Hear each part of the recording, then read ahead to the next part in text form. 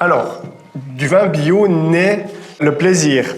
Dans un vin labellisé bio, il y a déjà le renoncement à tout ce qui est produits phytosanitaires de synthèse.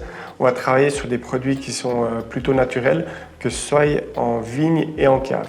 De plus en plus, on va essayer de planter aussi des cépages qui vont résister aux maladies.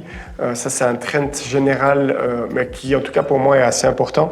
J'ai d'ailleurs planté du Divico qui résiste aux maladies.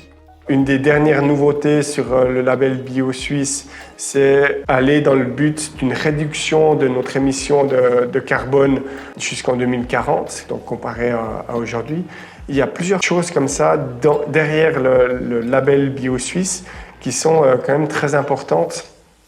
Et j'invite tout le monde à regarder lorsqu'on achète et qu'on va faire nos courses, de connaître un petit peu qu'est-ce qui se cache comme critère derrière un label, quelle est la périodicité d'un contrôle. Nous, on est contrôlé chaque année, donc c'est quand même un contrôle qui est très sérieux, qui dure pour notre petit établissement de 3 heures, ça va assez pointu dans les détails. Finalement, je trouve que c'est bien qu'on ait ces contrôles.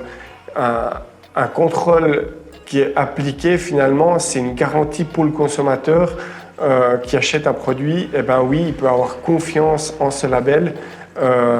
Et le label Bio Suisse est déjà un exemple au niveau planétaire. On est un des labels bio qui est le plus strict au monde.